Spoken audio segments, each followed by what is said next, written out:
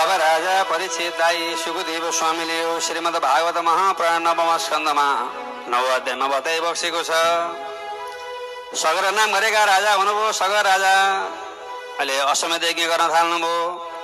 79वटा अश्वमेध यज्ञ परिपूर्ण भए 100औं अश्वमेध यज्ञका निम्ति छोडेको घोडा लिएर गएर गंगा सागरमा कपिलदेव भगवान जहाँ बसेर तपस्या गर्नुहुन्छ त्यही कपिलदेव भगवानको अगाडि लिएर गएर इन्द्र नाम गरेका राजाले बाँधिदिएर राखिदिए।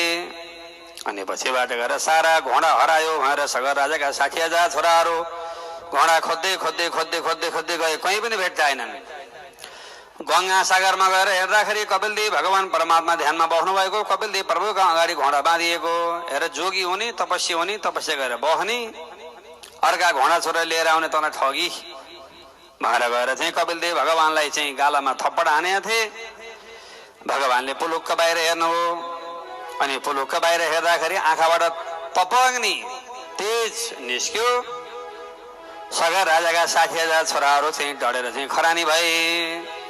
विष खाएर मरेका, झुन्डिएर मरेका, पहिरोमा परेर मरेका, खोलाले बगाएर मरेका, शस्त्र अस्त्रबाट मरेकाहरू, जनावरको आक्रमणबाट मरेकाहरू, बिमारी भएर उपचार गर्दा गर्दै मरेका वालाहरू, खाने बेलामा घाँस अड्केर मरेकाहरू, सम्भोग गर्दा गर्दै मरेका वालाहरू, जो अस्वाभाविक मृत्यु वर्ण गरेर मर्छन् तिनीहरू चाहिँ प्रेत हुन्छन् भनेको छ। त्यसलाई तार्ने कसरी भन्दाखेरि श्रीमद् भागवत महापुराण कथा सुनाउनु, नारायण बलि आदि गर्दैनौ, त्रिपिण्डी श्राद्धहरू गर्नु, पितृकल्पहरू गर्दैनौ भनेर शास्त्रमा लेखिएको छ। आगामा जलेर मरे, उसैमा चाहिँ योगी तपस्वीको चाहिँ तप अग्निमा जलेर मरे, सारा चाहिँ नर्क गए। अनि सम्पूर्ण छोराहरू मरेपछि जेठी रानी सुमतिपट्टिका सारा छोराहरू मरे। अनि कान्छी रानी केसिनीपट्टिका छोरा अनि असमञ्जस भए। असमञ्जसका पुत्र भए अंशुमान। अंशुमानले गङ्गाजीलाई ल्याउन गएर तपस्या गरे हिमालयमा, उनले सकेनन्। अंशुमानले नसकेपछि उनका छोरा भए दिलीप नाम भएका राजा, उनले पनि गङ्गाजीलाई पृथ्वीमा ल्याउन तपस्या गरे, उनले पनि सकेनन्। र उनका छोरा भगीरथ नाम भएका राजा भए, उनले चाहिँ गङ्गाजीलाई ल्याउनका खातिरमा तपस्या गरे। 3 पुस्ता तपस्या गरेपछि गङ्गामा यहाँ धरतीमा आउनका खातिरमा तयारी हुनुभयो। अनि म पृथ्वीमा आउन त आउने, स्वर्गबाट म आउने बेलामा पृथ्वी टुक्रा टुक्रा होला, मेरो बे कले धान्ला भनेर भनेपछि भगवान सदा शिवका चरणमा गएर यिनले चाहिँ बिन्ती गर्न थाले। जय राम उनी शिवजीको, उनी शिवजीको कमरमा डमरू, उनी शिवजीको, उनी शिवजीको, उनी शिवजीको कमरमा डमरू, उनी शिवजीको, उनी शिवजीको, उनी शिवजीको कमरमा डमरू, उनी शिवजीको।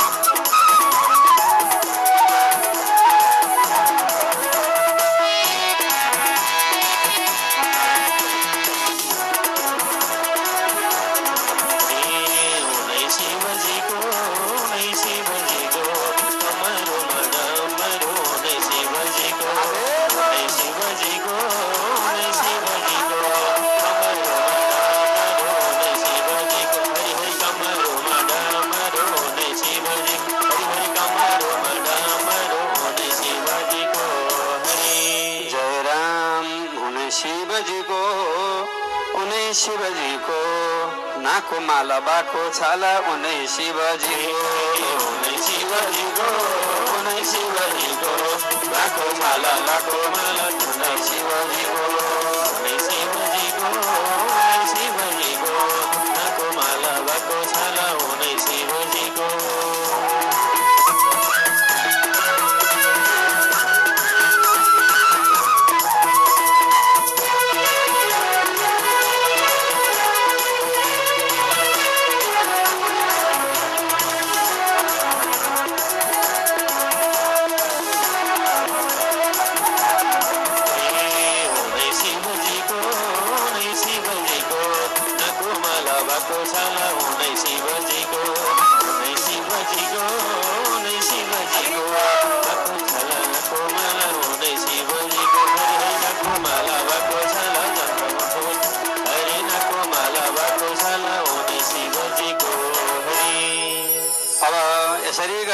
भगवान सदाशिवका चरणमा बिन्ती गर्नुभएको थियो। भगीरथ राजाले किन बिन्ती गर्यो प्यारे हो भनेर सोध्नु भएको थियो। प्रभु मेरा चाहिँ पुर्खाहरू 60,000 मेरा चाहिँ बाजेहरू जलेर खरानी भएर मरेका छन्। उनलाई तार्नका खातिरमा मैले गङ्गाजीलाई ल्याउन भएर तपस्या गरेँ। गङ्गाजी आउन त आउने, तर हजुरले चाहिँ धारण गरिदिनु पर्यो भनेपछि लौ हुन्छ भनेर भगवान परमात्मा गएर गङ्गोत्रीको हिमालय पहाडमा गएर जटा थाप्नु भएको थियो। स्वर्गबाट गङ्गाजी आउनुभयो अनि भगवान सदाशिवका जटामा अलमैल लिएर जटा भिज्दा भिज्दैमा फेरि 10,000 वर्ष त्यहीँ बित्यो। ए भगवान हजुरको जटा भिजाउन मात्र ल्याएको होइन पर्यो, म पनि बुढो हुन थालेँ, मर्ने बेला आउला। मेरा पितृहरू अघि जलेको आजसम्म खरानीको थुप्रो छ गङ्गा सागरमा, लौ न छोड्दिनु पर्यो गङ्गाजीलाई भनेपछि एकैपल्ट छोड्दाखेरि पृथ्वी टुक्रा टुक्रा होलिन् भएर त्यसपछि गङ्गाजी फेरि 3 धारा भएर बग्नुभयो। एउटा धारा स्वर्गबाट बग्यो, एउटा धारा मर्दमण्डलमा बग्यो, एउटा धारा चाहिँ पातालमा बग्यो।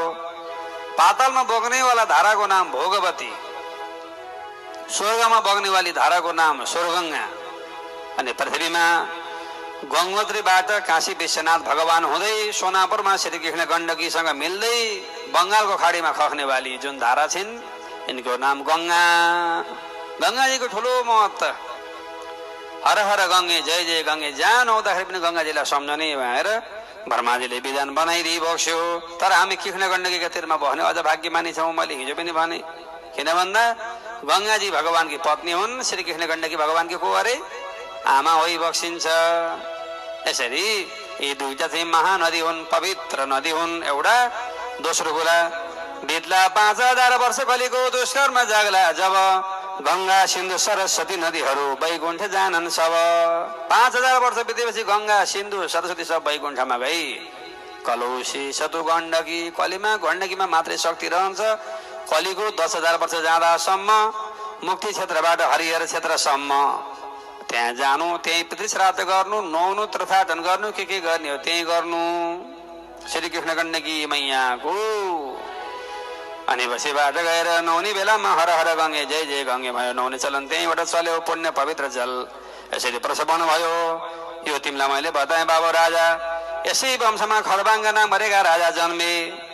जम्मा आधी घण्टाको समय थाहा पाए उनले मर्नुभन्दा पहिल्यै लडाइँमा लड्दै थिए। अब नलड, विश्राम गर भने देवताले, किन मर्ने बेला आइसक्यो, भजन गर हरिको।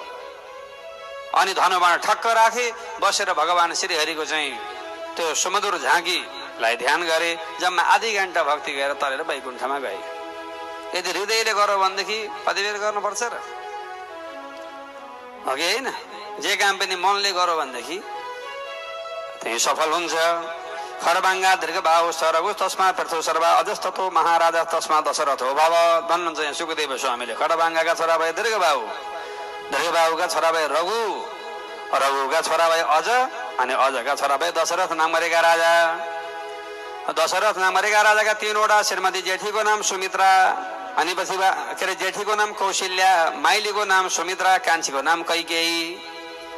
पुत्र प्राप्ति नभएको हुनाले गर्दा श्रृङ्गी नाम गरेका ऋषिलाई बोलाएर लिएर गएर पुत्र यज्ञ सुसम्पन्न गरे।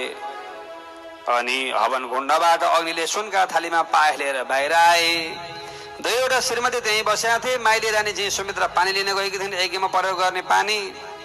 राजाले खिर समाते अग्निदेवका हातबाट, अनि बराबर बाँडेर दुईटीलाई भाग लगाइदिएको थिए। टुप्लुको माइली आएन, ए महाराज दुईटी होइन तपाईँका पत्नी 3टी छन्, खै मेरो भाग भनेर सोधेकी थिइन्।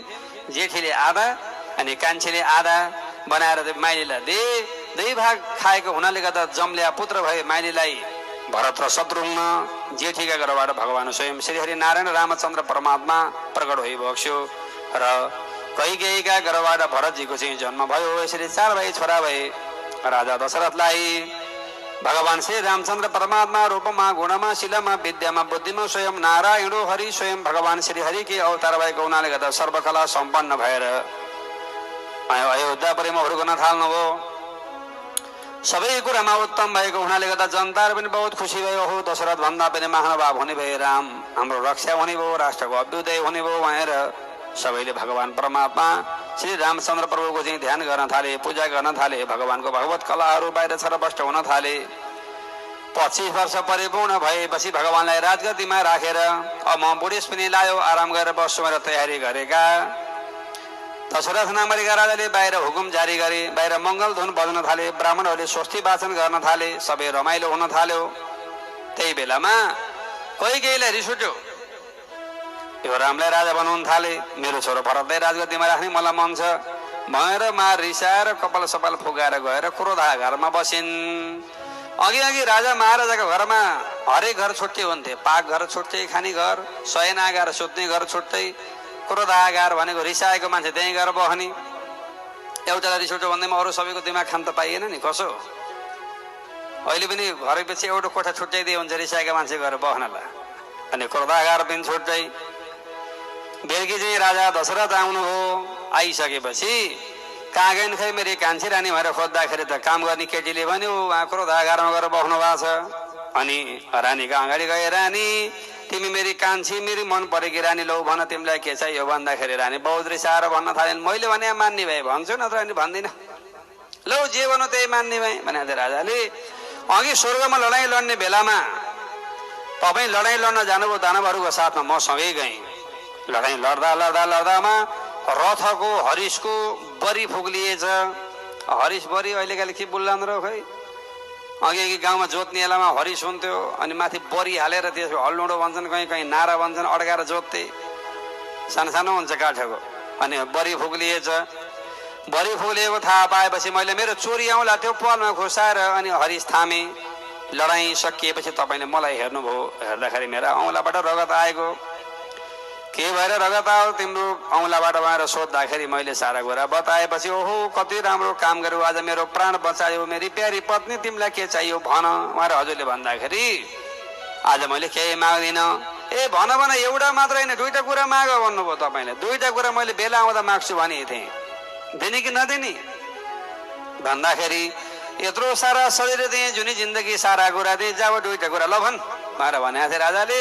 ल नम्बर 1 भरतलाई राजगद्दी, नम्बर 2 रामलाई वनवास भनेर मागिन्। जे मागो त्यही दिन्छु भनेको थिएँ, बोल्न पाइएन। अनि राजा दशरथ बडो दुखी भएर बाहिर आए रुँदै रुँदै। त्यही बेलामा भगवान श्री रामचन्द्र परमात्मा पनि जङ्गलमा गएर घुमेर घरमा आउँदै हुनुहुन्थ्यो। आउँदा ढोका माथि भरतलाई राजगद्दी, रामलाई वनवास लेखेर राखिदिइरहेछन् कैकेयीले। एउटा खुट्टो ठुक्क भित्र हाल्नुभयो, एउटा खुट्टो बाहिर थियो, झुलुक्क देख्नुभयो रामले, ठक्क बाहिर उभिनुभयो। अनि पछिबाट गएर आफ्ना बाबाका घोडामा ढोगेर, बाबा आमाले भन्यो मान्नु, बाबाले भन्यो मान्नु, छोराको यो धर्म, योभन्दा अरू धर्म केही पनि छैन, म वनमा जान्छु है भनेर भन्दाखेरि अनि बाबाले भन्नुहुन्छ, बाबु छोरा, राजाका छोराले आफ्ना बाबालाई बाँधेर पनि शासन गर्न पाइन्छ, तिमीले मलाई बरु जेलमा हाल, मलाई बरु बाँध, तर राजघर नछोड बाबु। राजा राजघर भन्दा भगवानले भन्नुहुन्छ सत्य छोड्न हुन्न बाबा, धर्म छोड्न हुन्न, जय राम सधैँभरि गर्नुपर्छ हामीले सत्य कर्म, सधैँभरि गर्नुपर्छ हामीले सत्य कर्म, दुःख परो भनेर छोड्नु हुन्न धर्म, सधैँभरि गर्नुपर्छ हामीले सत्य कर्म, दुःख परो भनेर छोड्नु हुन्न धर्म, सधैँभरि गर्नुपर्छ हामीले सत्य कर्म, दुःख परो भनेर छोड्नु हुन्न धर्म।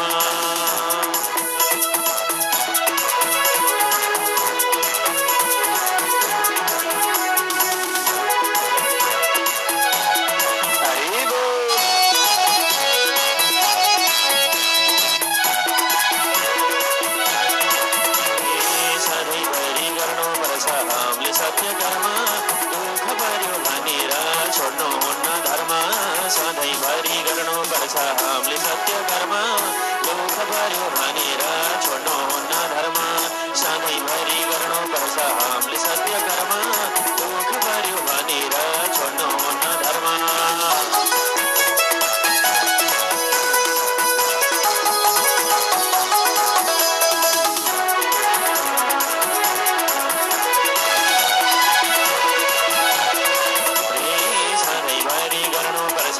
सत्य कर्म दुःख पर्यो भनेर छोड्नु हुन्न धर्म, सधैँभरि गर्नुपर्छ हामीले सत्य कर्म, दुःख पर्यो भनेर छोड्नु हुन्न धर्म, हरिहरि दुःख पर्यो भनेर छोड्नु हुन्न धर्म, दुःख पर्यो भनेर छोड्नु हुन्न धर्म।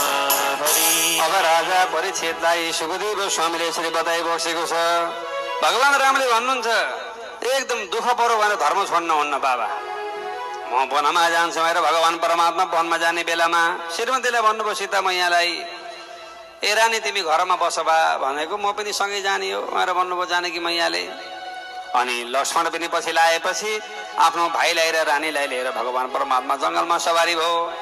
हनुमानजीसँग भेट हुनु, सुग्रीसँग मित्री लाउनु, बाली मार्नु, लङ्कापुरीमा जानु, अनि रावणलाई मारेर, अनि कुम्भकर्णलाई मारेर, अक्षय कुमारलाई मारेर सारा लङ्कापुरी विजय गएर विभीषणलाई रात गति सारा सुसम्पन्न गराइकन भगवान परमात्मा घरमा सवारी भयो। 11,000 वर्षसम्म भगवानले राज्य गरी बस्यो अयोध्या नगरीमा बसेर राम राज्य। कोही पनि बच्चा मरेन, उमेरको मान्छे कोही मरेन, त्यस्तो चाहिँ राम राज्य गरी बस्यो भगवान रामले। 3वटा अश्वमेध यज्ञ पनि भगवान परमात्माले सुसम्पन्न गरी बस्यो, सबै कुरा राम्रो थियो। यही बेलामा सीता मैयालाई गर्व रह्यो, गर्भवती भएका बेलामा आफ्नै पत्नीसँग भगवान श्री रामचन्द्र बसिरहनु भएको थियो। एकचोटि चाहिँ आफ्ना गुप्तचरहरूलाई रामचन्द्र भगवानले राज्यमा खटाउनु भयो। कसले के भन्छन्, मेरो शासनबाट सन्तुष्ट छन् कि छैनन्, गएर बुझ भनेको। एउटा धोबीका घरमा बेलुकी साँझ झगडा रहेछ, पति पत्नीमा 2 जना कराउन थाले रहेछन्। श्रीमतीलाई गाली गर्दै रहेछ धोबीले, के भन्छ, नाहम विवर्मि त्वं दुष्टाम सतीं परवेश्मगाम त्रिलोभी विव्रियात् सीतां रामो नाहम भजे पुनः भन्यो। मलाई तैँले राम जस्तो नमानेस्, म राम जस्तो होइन। रावणका घरमा गएर बसेकी, अर्काका घरमा बसेकी श्रीमतीलाई फेरि स्याहारेर राम बसेका छन्, म त्यस्तो लाछी छैन भनेर श्रीमतीलाई भन्यो। त्यो कुरा थाहा पाएर गुप्तचरहरू आएर भगवान परमात्मालाई भनेपछि भगवान परमात्माले वाल्मीकि ऋषिका आश्रममा सीता मैयालाई पठाइ बक्स्यो र सीता मैया वाल्मीकि ऋषिका आश्रममा जानुभयो र उही अनि लव नाम गरेका छोरा भगवानका जन्मे। यसरी चाहिँ यहाँ कथा सुनाउनु भएको छ। आफ्नै प्यारी पत्नीलाई लिएर गएर वाल्मीकि ऋषिका आश्रममा छोडेपछि रामचन्द्र भगवान बहुत दुखी हुनुभयो। ओहो, गृहस्थीका निम्ति श्रीमती नै शोभा रहेछ, श्रीमती नै चाहिँ सबै कुरा रहेछ घरमा, पत्नी नभयो घर चाहिँ मसानघाट जस्तो हुँदो रहेछ। लोका अपवादबाट बच्नका खातिरमा मैले लिएर गएर वनमा लिएर गएर छोडेँ आफ्नी प्यारी पत्नीलाई, धिक्कार मेरो जन्म भएर भगवान परमात्मा बहुत दुखी भएर बस्नुभयो। घरमा श्रीमती नभएपछि आपत हुन्छ हुन्न छोरा मान्छेलाई। 3 दिन तिजामा माइत जान पर्छ। जुठा भाँडा मजेरी भरि, सिरक तल डसेना माथि, मागुरा लपकी जालो, कुकुर डलेर आएपछि ढुङ्गाले घोट्न शास्ति हुन्छ भन्न। बोलो नारायण भगवानको भित्रको व्यवस्थापन सारा बिग्रन्छ। यस कारणले गर्दा भगवान परमात्मा श्री रामचन्द्र भगवान आफ्नी प्यारी पत्नीलाई सम्झेर धुरु धुरु रुन थाल्नुभयो। आज मलाई पछुतो छ मनभरि डर, आज मलाई पछुतो छ मनभरि डर, छैनन् मेरी श्रीमती छैन मेरो घर। आज मलाई पछुतो छ मनभरि डर, छैनन् मेरी श्रीमती छैन मेरो घर। आज मलाई पछुतो छ मनभरि डर, छैनन् मेरी श्रीमती छैन मेरो घर।